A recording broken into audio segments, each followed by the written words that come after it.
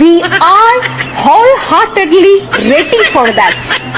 We hope the best will happen. ഇത് ദൈവത്തിൻ്റെ സ്വന്തം മാലാഖ, മണവാട്ടി എന്നൊക്കെ പറയാറുണ്ട് എല്ലാവരും. ഇന്ന് സോഷ്യൽ മീഡിയയിൽ ഇന്ന് തുറന്നു കഴിഞ്ഞാൽ ഈ മണവാട്ടിയെ കുറിച്ചാണ് ഏറ്റവും കൂടുതൽ ട്രോളുകൾ വരുന്നത്. വല്ലാത്തൊരു കഷ്ടം. അതിൽ നമ്മൾ ട്രോളാനൊന്നും ഇല്ല കേട്ടോ, നമ്മൾ കളിയാക്കാനും ഇല്ല. പക്ഷെ ഒന്നുണ്ട്, ഇതിനൊക്കെ മണവാട്ടി എന്ന് പറയുന്നത് നല്ലത് കൊണവാട്ടി എന്ന് വിളിക്കുന്നതായിരിക്കും ഏറ്റവും നല്ലത്. മണവാട്ടി എന്ന് പറയുന്നത് മാലാഖമാർ, മാലാഖ അത് ഇതാണ്. ഇതൊന്ന് നോക്കണം, ഇത് കണ്ടു പഠിക്കട്ടെ ഈ കൊണവാട്ടി. മറ്റു പല സ്ത്രീകളും ജീൻസ് ടോപ്പൊക്കെ ഇട്ടിട്ട് നടക്കുമ്പം നിങ്ങൾക്ക് മക്കളെ ഈ വേഷമാണ് നല്ലത്. ഇത് ഞാൻ 10ാം ക്ലാസ്സിൽ ഒരിക്കലും പഠിപ്പിച്ച ഒരു ചെറിയ കുട്ടി, 10ാം ക്ലാസ്സിൽ പഠിച്ചുകൊണ്ടിരിക്കുക അവള്. അപ്പൊ നല്ല രസം, ഓമനത്തുള്ള, അത് മുസ്ലിംസ് എല്ലാത്തിനും അങ്ങനെയാണല്ലോ, നല്ല ഓമനത്തുള്ള ഒരു മുഖം. അപ്പൊ ഇവിടെ ഇതേപോലെയുള്ള ഇങ്ങനെയുള്ള ഡ്രസ് ഇട്ടല്ല വരുന്നത്. അപ്പൊ ഞാൻ ചോദിച്ചു, മോളെ ഇതിങ്ങനെ ഇടണം, സ്കൂളിൽ വരുമ്പോഴൊക്കെ ഇടണം നിർബന്ധമുണ്ടോ?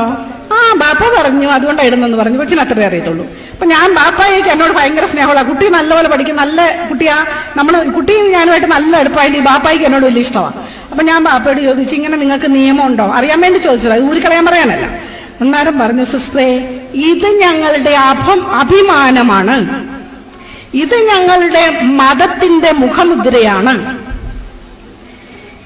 ഇത് ഇസ്ലാമിന്റെയാണ്. അതെങ്ങനെ ഊരിക്കളയാൻ പറയാ? ഊരാൻ പാടില്ല, ആരും ഊരാൻ പാടില്ല.